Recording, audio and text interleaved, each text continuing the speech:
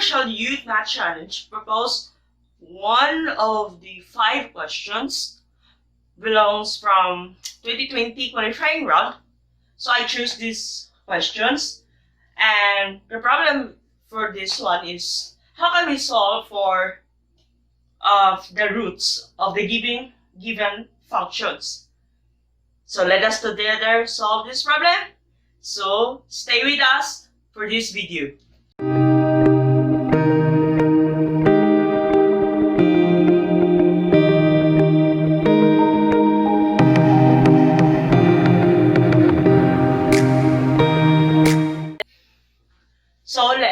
Welcome back, and thank you so much for staying us. So let us now together solve this problem proposed from the International Youth Math Challenge 2020 qualifying round. So I will read this question.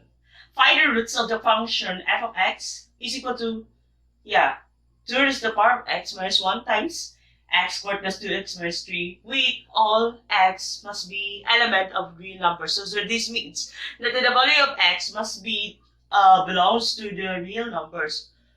A real number that will satisfy this equation, or it can be considered as x as its roots of the given function. So how can we solve this problem?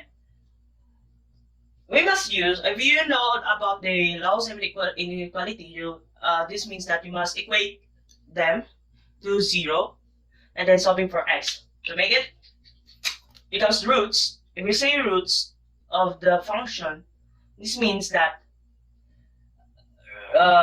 when you substitute the roots, so the value of y must be 0. So this means that if if x is a root, therefore the function f of x when substituting x is equal to 0. This means that under the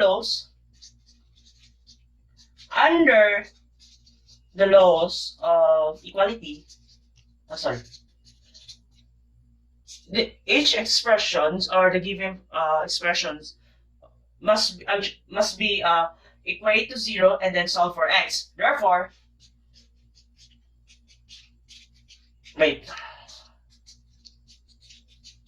as what I have said, we must find its root. So therefore, we assume that f of x must be 0.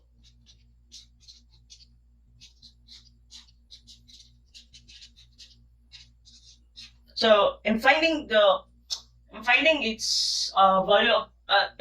value of x, we must equate, as what I have said, under the laws of equality, we must equate to 0.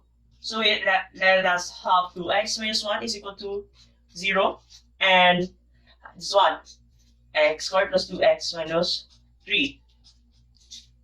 Let us find the value of x in this portion. So transposing negative 1 to the right sides. So we have 2x is 2 raised to the power of x is equal to 1. So if you remember the laws of exponents, so we have when any base a, when raising the exponents as 0, so we have 1 as its values. Therefore, if you what do you call this, to make it same base for this one is 2, we must convert through the laws of exponents. So we have 2x raised to the power of 2 raised to 0. Now, because we have the same base, therefore x must be equal to 0 to make them equal. So therefore, we have x is equal to 0. How about this part? So in this part, if you know how to factor this one, so let us find the product of the first term and the third term. So we have 1 times negative 3 is equal to negative 3. So what are the possible product of negative 3 so that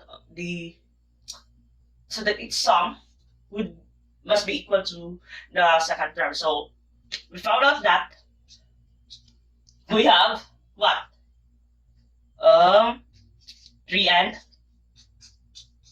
negative 1, because the product 3 and negative 1, when you sum them, or when you added them, we have 2, so it's the same. So therefore, it factors it factored as 1. So therefore, then equate. We have x plus 3 is equal to 0, and we have x minus 1 is equal to 0. Finding the value of x, we have x is equal to -3, and x is 1. So since the value of x must be elements of real numbers, so you have 0, -3, and 1 are both real numbers. Now, for checking, how do we check this one if the value of x satisfies in the function? Or in other words, let us check the values of x if it is roots or not, or is a solution from the functions or not. So when x is equal to 0, when you substitute, we have 2 raised to the power of 0 times 1 is equal to 0 squared plus 2 times 0 minus 3. When checking, so we have 0, then automatically -3. But 2 raised to the power of 0, under the laws of exponents, we have 1. 1 minus 1 is equal to 0, so therefore satisfied because the value of 0, x is 0 is 0. So how about -3? So for -3, this one. Let's just put in their version. So when we test -3, so we have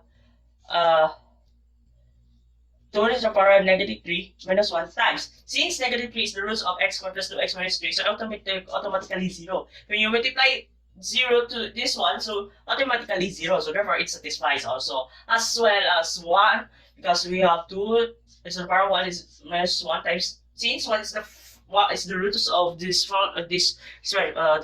expression, we have this is expression. So automatically when you substitute 1, it gets 0, and 0 times this one, automatically 0. Therefore, since 0, -3, and 1 satisfies, therefore the value of x must be 0, negative, and 1. So again, find the roots of the functions in this given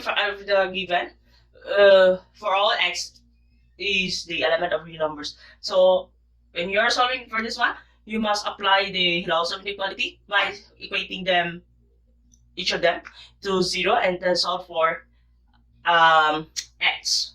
Afterwards, to make the values of x become true, you must undergo checking so that you can conclude that those values of x are the roots of the functions. So, and I hope that you learned this lecture, and if you learn a lot, I'm so glad for that. And if you're done watching, please do not forget to click like and subscribe with this video. Stay with us. Stay tuned for the next video, and thank you so much for watching. See you.